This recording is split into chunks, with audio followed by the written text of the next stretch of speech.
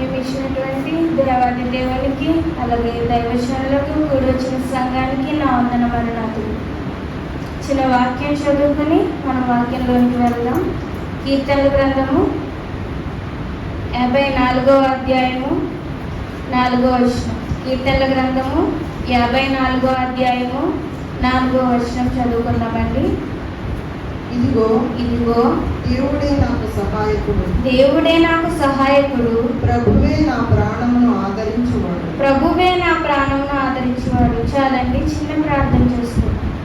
ప్రేమ, నమ్మకము, కృపవాత్సల్యము కలిగినటువంటి మా ప్రియ పరలోకపు తండ్రి, దేవా, ఇంతవరకు నీ యొక్క సజీవ రెక్కల చాటున మమ్మల్ని కాచి దాచి భద్రపరిచి ఇదిగో దేవ యొక్క శుక్రవారపు దేవ ఉపవాస ప్రార్థనలో తండ్రి నేను స్తుతించడానికి దేవాని యొక్క మందిరంలో మేము నిలబడడానికి మాకు ఇచ్చినటువంటి గొప్ప అవకాశాన్ని బట్టి నీకు వందనములు దేవా. ఇదిగో నన్ను ఇచ్చినటువంటి అవకాశాన్ని సక్రమంగా సద్వినియోగపరుచుకునేటువంటి జ్ఞానాన్ని మాకు దయచేయండి తండ్రి. ఇప్పటి వరకు జరిగినటువంటి ప్రతి క్రమంలో మీరే తోడుండి నడిపించారని మేము నమ్ముచున్నాం దేవా. వాక్య ధ్యానంలోనికి వెలుచుండగా మాకు కావలసినటువంటి ఆత్మీయ ఆహారాన్ని మాకు దయచేసి బలపరచండి దేవా.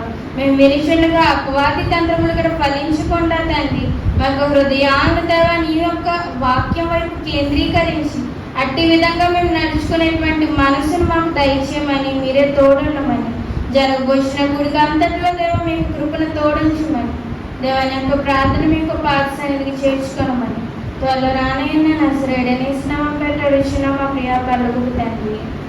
ఆమేన్. మరి ఒకసారి కూడొచ్చిన మీ అందరికీ వందనాలండి. మనం చదువుకున్న వాక్య భాగం ప్రకారం కీర్తనల గ్రంథము 54వ అధ్యాయము 4వ వచనం ఈ విధంగా వ్రాయబడి ఉన్నది. ఇదిగో దేవుడే నాకు సహాయకుడు, ప్రభువే నా ప్రాణమును ఆదరించువాడు. ఈ యొక్క వాక్యాన్ని, ఈ యొక్క మాటలను రాసింది దావీదు గారు అనేటువంటి విషయం మనకు తెలిసింది. అయితే దావీదు గారికి చుట్టూ జనాంగం లేరంటారా? లేకపోతే చుట్టూ తన అనుకునే మనుషులు లేరంటారా? డబ్బు లేదంటారా? లేదంటే అధికారం లేదంటారా? అన్నీ ఉన్నాయి. ఇంకా మనతో పోల్చుకుంటే ఆయన చాలా రాజు అనేటువంటి అధికారంలో ఉన్నటువంటి వ్యక్తిగా దావీదు గారు ఉన్నారు. ఆయన చుట్టూ ఎంతో బంధు బలగాలు ఉన్నాయి. ఆయనకు యుద్ధం చేయగలిగే, చిన్నప్పటి నుంచి యుద్ధం చేయగలిగే శక్తిని, వరాన్ని దేవుడు దయచేశాడు. అయినప్పటికీ ఇక్కడ దావీదు గారు దేవుడిని ఏమని వేడుకుంటున్నారు? ఇదిగో దేవుడే నాకు సహాయకుడు, ప్రభువే నా ప్రాణమును ఆదరించువాడు. ఈరోజు కూడా మనకున్న పరిస్థితులు ఎలా ఉంటాయనంటే మన చుట్టూ ఎంతో మంది బంధువులు ఉండొచ్చు, మన చుట్టూ నావారు అనేటువంటి వారు చాలా మంది ఉండొచ్చు, మనకి ఎంతో ధనం ఉండొచ్చు, ఎంత ఖర్చు పెట్టినా తరగనంత ఆస్తులు మనకు ఉండొచ్చు, లేకపోతే మన చుట్టూ ఉన్నటువంటివన్నీ చూసి ఇంతకు మించి ఇంకెవరికి ఉండదు అనిపించుకునే విధంగా ఎన్నో ఉండొచ్చు. కానీ అన్నీ ఉన్నవారు కూడా మనశ్శాంతిగా ఉండగలుగుతున్నారండి. ఈ రోజున నేను మనశ్శాంతిగా ఉన్నాను, నేను చాలా ఆనందంగా ఉన్నాను. ఈరోజు ఈ యొక్క సమయంలో నేను చాలా ఎలా అంటే నాకు ఇంకేది అవసరం లేదు అనే విధంగా ఉన్నాను అనేటువంటి వాళ్ళు ఎవరు లేరండి. మరి దానికి కారణం ఏంటి? ఈరోజు మనిషి లేచిన దగ్గర నుంచి ప్రయాసపడేది డబ్బు కోసమే, లేచిన దగ్గర నుంచి ప్రయాసపడేది తిండి కోసమే. అలాంటి తిండి కోసం, డబ్బు కోసం అవన్నీ కూడా మన చుట్టూ ఉన్నా కానీ మనం ఇంకా ఎందుకు మనశ్శాంతితో లేకుండా ఉన్నాం? మనం ఇంకా ఎందుకు మనలో సాటిస్ఫాక్షన్ అనేది లేకుండా ఉంది అనేటువంటి విషయాన్ని మనం ఆలోచించినట్లయితే మనకి నిజంగా ఎక్కడ మనశ్శాంతి దొరుకుతుంది, ఎక్కడ ఆదరణ దొరుకుతుంది అనేటువంటి విషయాన్ని మనుషులంతా గుర్తించలేకపోతున్నారంట. ఆ విషయాన్ని మనం గుర్తించి రోజు ముందుకు వెళ్దాం. మొదటిగా మనం చూసుకున్నట్లయితే యోహాను సువార్త 19వ అధ్యాయం 26వ వచనం ఒకసారి చదువుకుందామండి.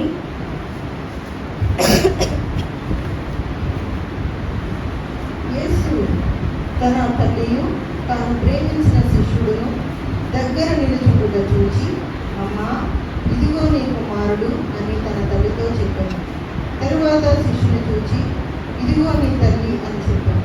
చాలా ఈ యొక్క విషయాన్ని మనం చూసినట్లయితే సిలువ దగ్గర ఈ యొక్క ఆదరణ మాటను మనం చూస్తున్నాం. ఇది ఏ విధంగా ఆదరణ మాట అయింది, ఇది ఎవరిని ఆదరించింది అనేటువంటి విషయాన్ని మనం చూసినట్లయితే మరియమ్మ గారు తన ఇంకా వివాహం కాకముందు కేవలం నిశ్చితార్థమైన తర్వాత పరిశుద్ధాత్మ ఆమె వద్దకు వచ్చి, దేవదూత ఆమె వద్దకు వచ్చి, ఇదిగో నీ యొక్క గర్భం నుంచి ఒక వింత జరగబోతుంది, ఒక అద్భుతం జరగబోతుంది, లోకరక్షకుడైన యేసుక్రీస్తు ఈ భూమి మీదకి రాబోతున్నారు అని అన్నప్పుడు ఎంతో కలవరపడిపోయి ఉండొచ్చు. ఆ విధంగానే జరిగే ప్రక్రియలో ఎన్నో నిందలు, ఎన్నో అవమానాలు. ఎందుకనంటే దేవదూత వచ్చి మరియమ్మ గారికి, యోసేపు గారికి చెప్పినది తప్ప ఊరందరికీ చెప్పలేదు కదండి. సో వాళ్ళేమంటారు, మీ తప్పును కప్పిపుచ్చుకోవడానికి మీరు ఇలా దేవుడి మీద నింద వేస్తున్నారు. అలా ఎన్నో నిందల అవమానాలు వచ్చి ఉండొచ్చు. యేసుక్రీస్తు పెరుగుతున్న క్రమంలో ఎన్నో నిందల అవమానాలు ఆవిడ పడి ఉండొచ్చు. ఆ విధంగా పెంచుకొచ్చినటువంటి తన బిడ్డ 33.5 సంవత్సరాలకే సిలువలో ఆ విధంగా ఆయన బలైపోవడం చూసి ఆ యొక్క తల్లి మనసు ఎంత కన్నీరు మున్నీరు అయిపోయి ఉంటుందో, అన్ని నిందలు పడుతూ పెంచుకొచ్చిన బిడ్డ ఆ విధంగా అయిపోవడం చూసి మనసంతా కూడా ఎంత బాధాకరమైన పరిస్థితికి వెళ్ళిపోయి ఉంటుందో, ఇంకా నా కుమారుడు వచ్చారు, నన్ను విడిచిపెట్టి వెళ్ళిపోతున్నారు అనేటువంటి విషయాన్ని తను అనుకుని ఉంటుంది. కానీ ఇక్కడ యేసుక్రీస్తు చెప్పిన మాట మరి ఒకసారి చదువుకుందామండి. 26వ వచనం. యేసు తన తల్లియు తాను ప్రేమించిన శిష్యుడును దగ్గర నిలుచుంట చూచి, అమ్మా ఇదిగో నీ కుమారుడు అని తన తల్లితో చెప్పాను. తరువాత శిష్యుడు చూచి, ఇదిగో నీ తల్లి అని చెప్పాను. చాలండి. అమ్మా ఇదిగో నీ కుమారుడు అని తన యొక్క తల్లిని చూసి ఎలా చెప్పారో అలాగే తన శిష్యుని చూచి ఇదిగో నీ తల్లి అంటే, ఇంతకాలము అంటే నేను భూమి మీదకి వచ్చింది దేవుని దైవాలనే అనేటువంటి విషయం అందరికీ తెలుసు. యేసుక్రీస్తు భూమి మీదకి వచ్చిన దేవుని దైవాలన, దేవుడు అనుకున్నాడు కాబట్టే పంపించాడు, నేను అనుకున్నాను కాబట్టే రాగలిగాను అనే విషయం యేసుక్రీస్తుకు తెలుసు. కానీ ఆయన రావడానికి ఎన్నో శ్రమలు, ఇబ్బందులు, మాటలు పడినటువంటి తన తల్లిని ఆఖరి నిమిషంలో విడిచిపెట్టాడు యేసుక్రీస్తు. విడిచిపెట్టలేదు. అతను ఆ యొక్క తల్లికి ఆదరణగా తన శిష్యుని ఇచ్చాడు. మనం కూడా అంతే, ఆఖరి నిమిషంలో ఇంకా దేవుడు మనల్ని చూడడేమో, ఇన్నాళ్ళు నేను దేవుని పట్టుకునే కదా వేలాడాను, అనేక మంది నా చుట్టూ ఏంటి ఈవిడ ఇలా సంఘానికి వెళ్ళిపోతుంది, లేకపోతే అన్నిటినీ పక్కన పెట్టేసి ప్రార్థన అని ప్రార్థన కింద ప్రాముఖ్యత ఇస్తుంది, ఈవిడ జీవితంలో ఎందుకు ఇలా జరిగింది అనేటువంటి విషయాలు ఎంతో మంది అంటూ ఉంటారు. అంటూ ఉన్నప్పుడు ఎందుకు నాకు ఇలాగే జరుగుతుంది, ఇంత ఆఖరి క్షణంలోనికి దేవుడు నన్ను ఎందుకు రప్పించేశాడు అనేటువంటి విషయం మన హృదయంలో మెదలొచ్చు. కానీ దేవుడు ఇక్కడ ఈ యొక్క సందర్భం ద్వారా మనకు తెలియజేసేది ఏంటంటే, ఆయన సిలువ ద్వారా కూడా మనకు ఆదరణ కలిగజేసే దేవుడు. ఆఖరి నిమిషంలో కూడా మనల్ని ఆదరించి పైకి లేవనెత్తగలిగే దేవుడు అనేటువంటి విషయాన్ని దేవుడు మనకి ఇక్కడ గుర్తు చేస్తున్నారండి. రెండవదిగా మనం చూసినట్లయితే ఫిలిప్పీలకు రాసిన పత్రిక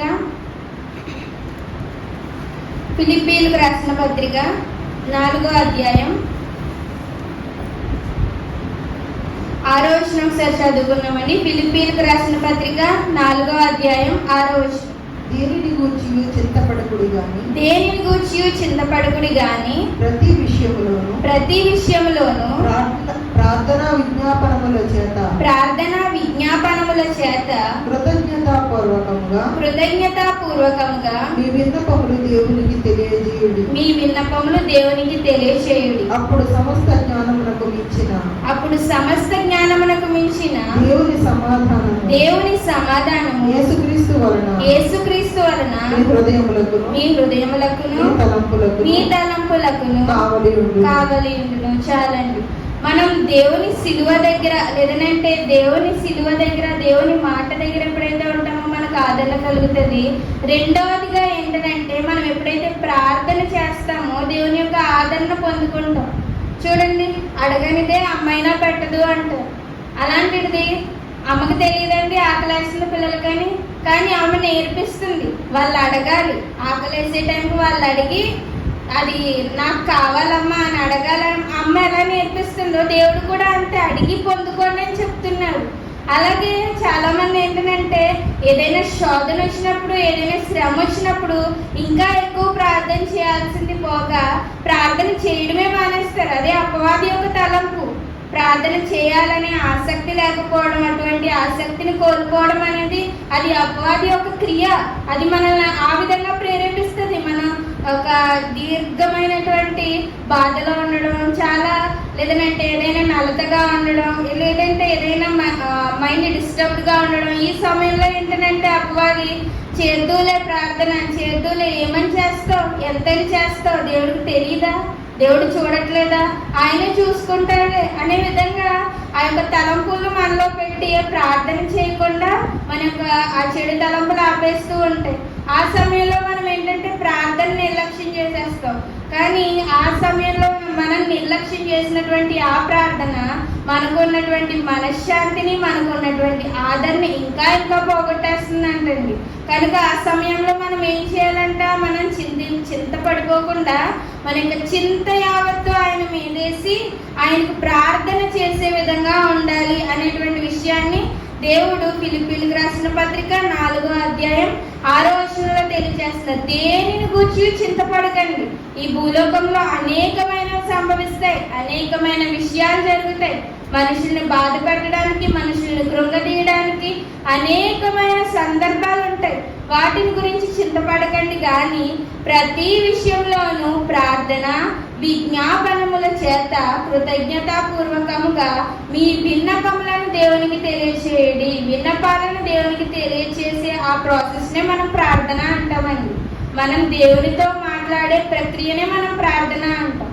మనం మనుషులతో మాట్లాడే ప్రక్రియను సంభాషణ లేదంటే మాట్లాడుకోవడం అని అంటాం. కానీ మనం దేవునితో మాట్లాడే విధానాన్ని ప్రార్థన అంటాం.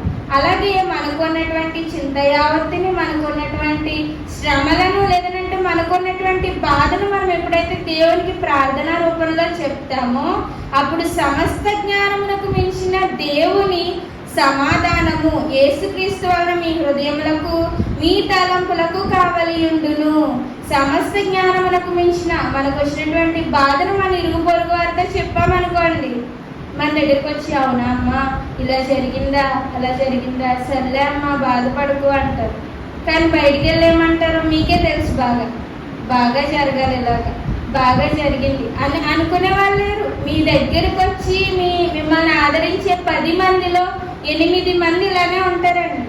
అలాగే జరగాలి, ఆ రోజు అలా చేస్తుంది కదా, ఈవిడికి ఇలాగే జరగాలి అనుకునే వాళ్ళు చాలా మంది. అది నిజమైన ఆదరణ.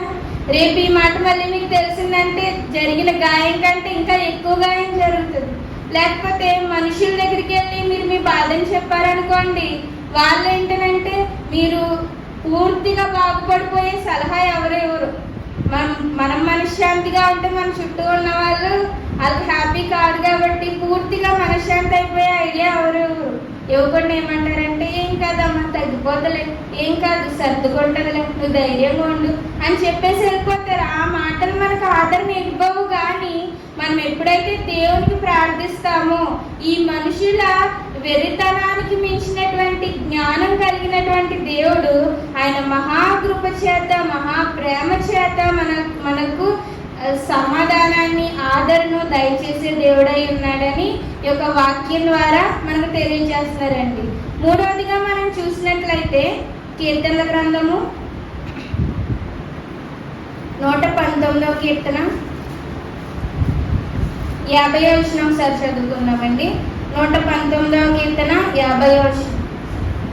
ఈ వాక్యము నన్ను బ్రతికించి ఉన్నది, నీ వాక్యము నన్ను బ్రతికించి ఉన్నది, నా బాధలో ఇదే నాకు నెమ్మది కలిగించుచున్నది, నా బాధలో ఇదే నాకు నెమ్మది కలిగించుచున్నది. గర్విష్ఠులు చాలండి. అయితే మనకు నెమ్మది కలిగించే మరో మార్గం, మనకు ఆదరణ కలిగించేటువంటి మరో మార్గం ఏంటంటే ఆయన వాక్యం, ఆయన చెప్పినటువంటి వాగ్దానం, ఆయన ఇచ్చినటువంటి మాట. ఇవే మనకి నెమ్మదిని కలిగజేస్తాయంట. ఇవే మనల్ని ఆదరిస్తాయంట. ఏ విధంగా ఆదరిస్తాయి, ఏ విధంగా బలపరుస్తాయి? మనం ఎప్పుడైతే వాక్యాన్ని చదువుతామో, చాలా మందికి ఏంటంటే బైబిల్ కేవలం ఆదివారం, శుక్రవారం లేకపోతే ప్రార్థనా కూడి ఉన్న రోజు మాత్రమే బయటికి తీసే అలవాటు ఉంటుంది. మరికొంతమందికి వాక్యం చెప్తున్నప్పుడు మాత్రమే వాక్యాలు తీసే అలవాటు ఉంటుంది. కానీ వారి యొక్క దినచర్యలో భాగంగా ప్రతిరోజు వాక్యం చదివేటువంటి అలవాటు చాలా తక్కువ అండి. వాక్యం వినేటువంటి అలవాటు కూడా చాలా తక్కువ. కొంతమంది సంఘాల్లో పాటలు పాడడంలో చాలా యాక్టివ్గా ఉంటారు, ఆరాధించడంలో చాలా యాక్టివ్గా ఉంటారు, మిగిలిన అన్ని విషయాల్లో చాలా యాక్టివ్గా ఉంటారు, కానీ ప్రసంగం విషయంకి వచ్చేసరికి నిద్రపోతారు. నిద్ర అనేది వచ్చేస్తుంది. అపవాది ఆ విధంగా శోధిస్తూ ఉంటారు, దానికి లొంగిపోయి నిద్రకు లొంగిపోతూ ఉంటారన్నమాట. కానీ ఈ వాక్యమే మనల్ని బ్రతికిస్తుందంట. ఇదే మన యొక్క బాధల్లో నెమ్మదిని కలుగు చేస్తుందంట. మనం ఎప్పుడైతే వాక్యం ద్వారా ఆదరించబడతామో, వేరొకరి మాట మనకి ఎంత గుచ్చుకున్నా కానీ వాక్యం అనేటువంటి కవచం మనల్ని అడ్డు పెట్టుకుని ఉంటుందండి. మనం ఎప్పుడైతే వాక్యాన్ని దూరం పెడతామో, ఇతరులు మాట్లాడే ప్రతి చిన్న మాట, ఇతరులు చేసేటువంటి ప్రతి ఒక్క యోచన మనల్ని బాధ పెడుతూనే ఉంటుంది అనేటువంటి విషయాన్ని దేవుడి ఇక్కడ తెలియజేస్తున్నారు. మనుషులు చూడండి, మనుషులు రాజకీయవేత్తలు వారి యొక్క మాటల ద్వారా, వారి యొక్క మేనిఫెస్టో ద్వారా మాటలు ఎంత వినసొంపుగా ఉంటాయంటే, వాళ్ళు ఇచ్చే ఆ యొక్క ఆఫర్స్, మీకు ఇవి ఇచ్చేస్తాం ఉచితంగా, అవి ఇచ్చేస్తాం, ఇది చేస్తాం, అది చేస్తాం అంటారు. మనుషులు కూడా, మనుషులు కావచ్చు, అధికారులు కావచ్చు, అమ్మ నీకేం కాదు, మేము ఉన్నాం, మేము చూసుకుంటామంటారు. ఈ యొక్క మాటలు ఎంతవరకు నిలబడతాయి? మీరే ఇంకా ఎక్స్పీరియన్స్ ఆ విషయంలో. ఎంతవరకు నిలబడతాయి? ఎంతవరకు నిలబడవు. కొంతకాలమే. తర్వాత వాళ్ళు కూడా తప్పించుకోవడానికి ప్రయత్నిస్తారు. కానీ దేవుని యొక్క మాటలు అలాంటివి కాదండి. ఆయన నమ్మదగిన వాడు. ఒక్కసారి ఆయన మాట చెప్తే ఆ యొక్క మాట తప్పేటువంటి దేవుడు కాదు. మనుషులు ఆశీర్వదిస్తే అది ఆ కొంతసేపు, ఆ క్షణం మాత్రమే ఇస్తారేమో, కానీ దేవుడు ఆశీర్వదిస్తే అది ఎన్నటెన్నటికీ ఆశీర్వాదం అని బైబిల్లో ఉందన్నమాట. ఆ విధంగా మనం ఏంటనంటే, మనకు ఆదరణ కావలసినప్పుడు మనుషుల మీదో, లోకం మీదో, లేకపోతే వస్తువుల మీదో, మనకున్నటువంటి బంధుబలగాల మీదో, లేకపోతే మనకున్నటువంటి ధన ధాన్యాల మీద ఆధారపడడం కంటే, మనకి ఎప్పుడైనా శ్రమ కలిగినప్పుడు, శోధన కలిగినప్పుడు, ఆదరణ కావాల్సి వచ్చినప్పుడు, మనం ఎప్పుడైతే సిలువ, యేసుక్రీస్తు సిలువ యొద్ద మనం పడి ఆయన అడుగుతామో, సిలువ ద్వారా ఆయన మనకు ఆదరణ కలిగించేటువంటి దేవుడు. రెండవదిగా ఏంటంటే, మనకి ఎప్పుడైతే శోధన వచ్చినప్పుడు మనం మోకాలు వేసి మన కన్నీటిని దేవుని దగ్గర విడిచిపెడతామో, ఆయన మన విన్నపములు ఆలకించి మనకు సమాధానాన్ని, ఆదరణను దయచేసేటువంటి దేవుడు. అలాగే మనకు వచ్చినటువంటి ఆ యొక్క శ్రమను, శోధనను బట్టి బయట వాళ్ళు చెప్పే మాటలు వినకుండా దేవుని మాటలు మనం ఎప్పుడైతే వింటామో, దేవుని మాటల ద్వారా దేవుడు మనల్ని ఆదరిస్తాడు అనేటువంటి విషయాన్ని బైబిల్ ఎంతో స్పష్టంగా తెలియజేస్తుందండి. బైబిల్లో మనం ఎటువంటి వ్యక్తులనైనా చూడొచ్చు.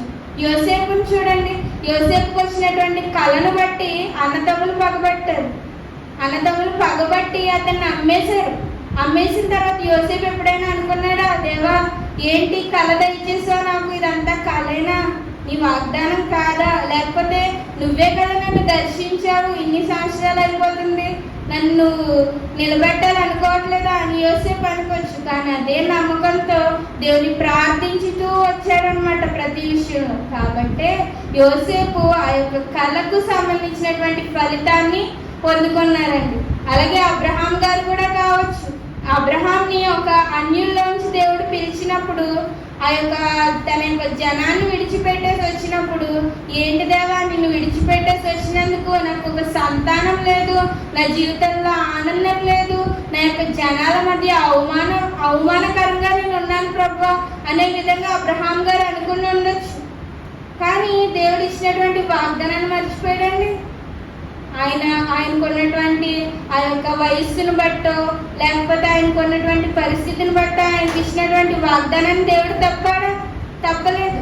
మనం కూడా అంతే. దేవుని నుంచి వాగ్దానాలు పొందుకోవడానికి ప్రయాసపడాలి తప్ప మనుషుల నుంచి మాట, వాగ్దానం ఇవి పొందుకోవడానికి మనం ప్రయాసపడే వారిగా ఉండకూడదు అనేటువంటి వాక్యాన్ని ఇక్కడ దేవుడు తెలియచేస్తూ మనకు కూడా ఒక మాట చెప్తున్నారు అనమాట. ఒకసారి ఆ మాటను చూసుకుని మనం ముగించుకుందాం. మొదటి తెస్సలోనికలకు రాసిన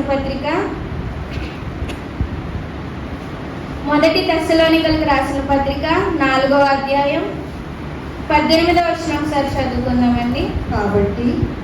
కాబట్టి మీరు ఈ మాటల చేత ఒకరినొకడు ఆదరించుకొనుడి.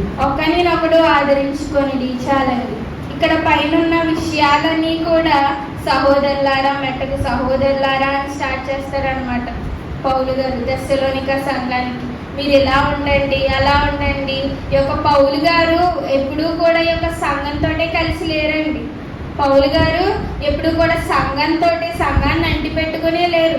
ఆయన ప్రపంచం అంతా తిరుగుతూ అనేక చోట్ల అనేక సంఘాలను స్థాపిస్తూ అక్కడ ఉన్నటువంటి మనుషులకు అప్పగించేసి వెళ్ళిపోతూ ఉంటారు.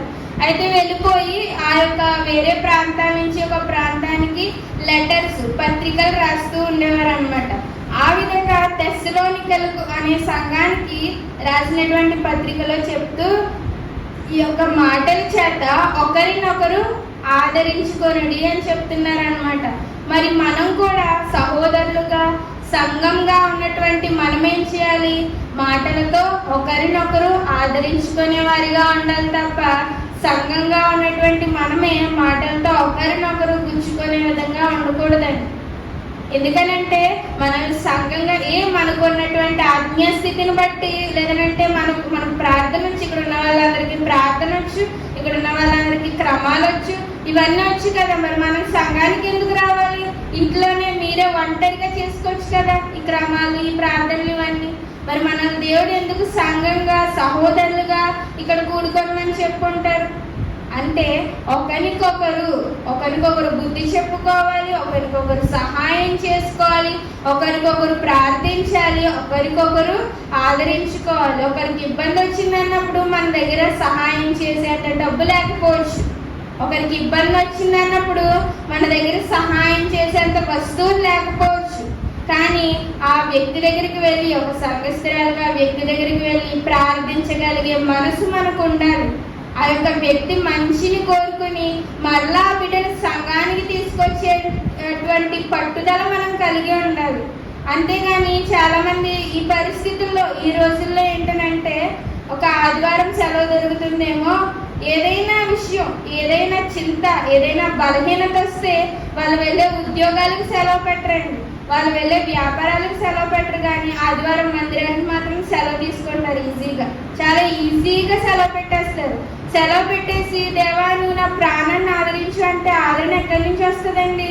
దేవుని మందిరంలో దొరుకుతుంది ఆ యొక్క ఆదరణ, దేవుని చెంత దొరుకుతుంది ఆ యొక్క ఆదరణ. అంతేగాని మనం ఇంటి దగ్గర టీవీ ముందు, మనుషుల ముందు, వ్యర్థమైన వాటి ముందు కూర్చుని దేవా నాకు ఆదరణ ఇవ్వు అంటే ఏ విధంగా వస్తుంది ఆదరణ దొరకదు. మనం ఎప్పుడైతే ఆ యొక్క శ్రమను చేయించి దేవుని మందిరంలోకి అడుగుపెట్టి దేవుని ప్రార్థించి అడుగుతామో, దేవుని యొక్క వాక్యాన్ని వింటామో, అప్పుడే మనం ఆదరణ అనేటువంటి దాన్ని పొందుకోగలం. అప్పుడే మళ్ళా మన శక్తిని పొందుకోగలమని దేవుని యొక్క వాక్యం ఇక్కడ తెలియజేస్తుంది. అలానే ఒకరినొకరు ఈ యొక్క మాటల చేత ఆదరించుకోవాలని తెస్సలోనిక సంఘానికి పౌలు ఏ విధంగా అయితే చెప్తున్నారో, ఈరోజు మనం కూడా ఒకరినొకరు వారి యొక్క బలహీనతను బట్టి, వారి యొక్క శ్రమలను బట్టి ఒకరినొకరు ఆదరించుకుని, బలపరుచుకుని, సంఘాన్ని అభివృద్ధి పరుచుకునే విధంగా ఈరోజు మనం అందరం ఉండాలని మీకు తెలియజేస్తూ ఈ యొక్క ఆదరణకరమైన మాటలు దేవుడు మన వినికిడిలో ఫలింపచేయును గాక. ఆమె చిన్న ప్రార్థన చేసుకుందామండి. ప్రేమ, నమ్మకము, కృప, వాత్సల్యము కలిగినటువంటి మా ప్రియ పరలోకపు తండ్రి, ఇదిగో దేవా ఈ యొక్క శుక్రవారపు ఉపవాస కూడికలో తండ్రి ఆదరణ అనేటువంటి అంశం ద్వారా మాతో మాట్లాడాలని నీకు వందనములు తండ్రి. ఇదిగో దేవా ఈ యొక్క లోకంలో ఎంతో మంది ధనికులు ఉన్నారు దేవా, పేరున్న వారు ఉన్నారు తండ్రి, గొప్పవారు ఉన్నారయ్యా, బంధు బలగాలు ఉన్నవారు ఉన్నారు తండ్రి. కానీ వారికి ఆదరణ అనేది లేదు దేవా, మనశ్శాంతి అనేది లేదు దేవా. మరి యొక్క లోకంలో దేని ద్వారా మేము ఆదరణ పొందుతాం తండ్రి, దేని ద్వారా మేము మనశ్శాంతి పొందుతామంటే ఇదిగో దేవా 3 అంశాల ద్వారా మమ్మల్ని బలపరిచావు తండ్రి. నీ యొక్క సిలువ చెంత మాకు ఆదరణ దొరుకుతుందని చెప్పావు ప్రభువా. అట్టి విధంగా నీ యొక్క సిలువ చెంతకు చేరేటువంటి బిడ్డలుగా ఉండడానికి సహాయం దయచేయండి తండ్రి. నీ యొక్క ప్రార్థన ద్వారా దేవకు ఆదరణ దొరుకుతుందని చెప్పావు తండ్రి. ఇదిగో దేవా మా యొక్క పరిస్థితులను బట్టి నీకు ప్రార్థన చేసేటువంటి బిడ్డలుగా ఉండడానికి సహాయం దయచేయండి దేవా. వాక్యం వినుట ద్వారా, వాక్యాన్ని నేర్చుకునేట ద్వారా ఆదరణ దొరుకుతుందని చెప్పి ఉన్నారు తండ్రి. ఆ విధంగా దేవా మా యొక్క హృదయాన్ని కేంద్రీకరించి మేము వాక్యాన్ని చదవడానికి, వినడానికి, వాక్యం పట్ల శ్రద్ధ కలిగి ఉండడానికి సహాయం దయచేయండి దేవా. ఇదిగో తండ్రి మా యొక్క శ్రమను బట్టి, మా యొక్క చింతను బట్టి తండ్రి నీకు దూరం అయిపోయి మేము ఎక్కడెక్కడో ఆదరణ వెతుకుతున్నాం దేవా. అట్టి బిడ్డలుగా కాకుండా ఆదరణ దొరికే బ్రతుకోవడానికి సహాయం దయచేయండి తండ్రి. ఇదిగో దేవా, యొక్క మాటల ద్వారా మేము ఒకరినొకరు ఆదరించుకొని క్రైస్తవులు అని అనిపించుకోవడానికి సహాయం దయచేయండి దేవా. ఇదిగో తండ్రి, యొక్క సంఘంలో ఉన్నటువంటి మేము కుటుంబంగా ఒకరినొకరు ఆదరించుకుని సహోదరుల వల్ల ఐక్యత కలిగి సంఘాన్ని నడిపించుకునేటువంటి కృపను దయచేయండి ప్రభా. మీరే తోడుండండి తండ్రి. ఇదిగో దేవ, ఈ రోజు దేవ జరిగినటువంటి ఈ యొక్క ఆదరణ అంశం ద్వారా మమ్మల్ని ఆదరించి దేవ మీరే ఫలింపచేయమని ఇది అవకాశాన్ని మాకు దయచేసినందుకు నీకే వందనములు చెల్లించుకుంటూ త్వరలో రానున్న నజరేయుడని యేసునామం పేరిట అడుగుచున్నాము మా ప్రియ పరలోకపు తండ్రి. ఆమేన్.